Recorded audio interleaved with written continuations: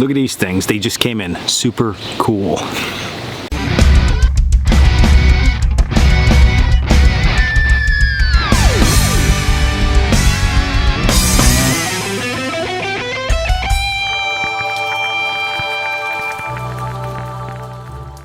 What's up guys, Dan here, Coalcracker Bushcraft. So we just got these things in, Bic lighters with their logo on, so you can support us and rep your favorite brand in style, right? And they're bright orange, so if you drop them in the leaves, you're not gonna lose them. You're gonna be able to find your fire starting really quickly. Now today's video is a nice quick one. It's about how to prep your lighter for survival in emergency situations. Now there's a lot of different things that you can do with these lighters before we get to what I'm gonna show you. That is wrap duct tape around it. You can buy cases to put these lighters in so they're not getting wet and becoming unusable. But drying a lighter out, if it does get wet, is a very simple, easy process. So first you need to know how the lighter works, which most of you I'm sure do. When you press the red little tab down, it shoots fuel out of the port. When you spin the little wheel here, it throws a spark, hits the fuel, mixes with oxygen, triangle of fire. Yep, you're right. And then you have immediate flame source. So these are great options for survival fire starting because you have immediate flame, okay? That flame is there, you just have to grow it into something larger. So, one problem you run into with lighters is, number one, in cold weather, that they can freeze up. So you wanna make sure you keep your lighter in your pocket in extreme cold weather, and it would avoid that. If it is frozen up, you just stick it close to your body for a few seconds and you'll be fine. So not a huge issue there.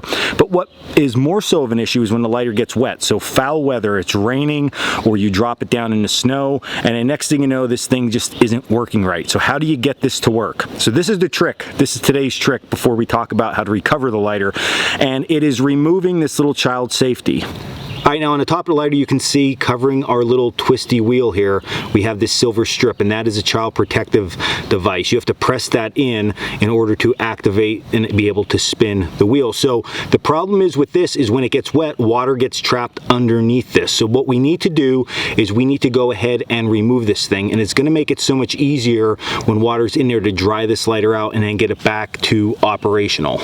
All right, so how we do that is a very simple process. I'm just gonna take one of my small multi-tools here, and you're gonna place it underneath, and you're literally just gonna pry that thing out. That's all it takes. It pops right out of there, and now you have access to this. It doesn't affect the lighter in any way at all. It's actually a little bit easier to light, but it's not going to now trap water. All right, so with a wet lighter, be it you fall into a body of water, or again, even if you just drop this thing in the snow, this whole section up here can get pretty wet. So we brought some water out, as you can see. All right, here we go. And now we have a wet lighter that does not work, okay? So to do this, there's a three-step process. Number one, we just wanna shake and get all that heavy water that's laying inside this top part out, okay? The second part that is a possibility of having an issue is the jet that's coming up that's gonna blow the fuel out. We need to clean that out. So you're gonna blow it out like a birthday candle. Just give it some air right into it. That'll blow the water droplets out. You can look there and you're gonna see that any water droplets that were laying on top of that are now going to be gone. The last step, and the one that we made the argument to remove that metal piece, is because we have to dry off this metal scraper. Okay, that's what's scraping the little ferro rod inside to give the spark. So you can use your pants for this. You can just use a cotton shirt or a bandana. Anything like that will work just fine. Just go around. You can even just really violently take it like this and work it on your pecs of steel, and then right like that, it comes back to good. Okay, so really easy, really nice, a simple way and a good method that you need to know in order to keep yourself safe and be able to start your next fire. Just like that, you guys all now know how to prep your lighters for survival. It's just gonna make it that much easier. Now, can you do this while you're out in the field if your lighter did get wet?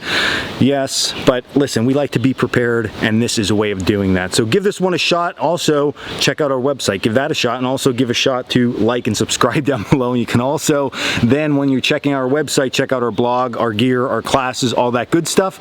And until the next video, stay lit, stay in the woods.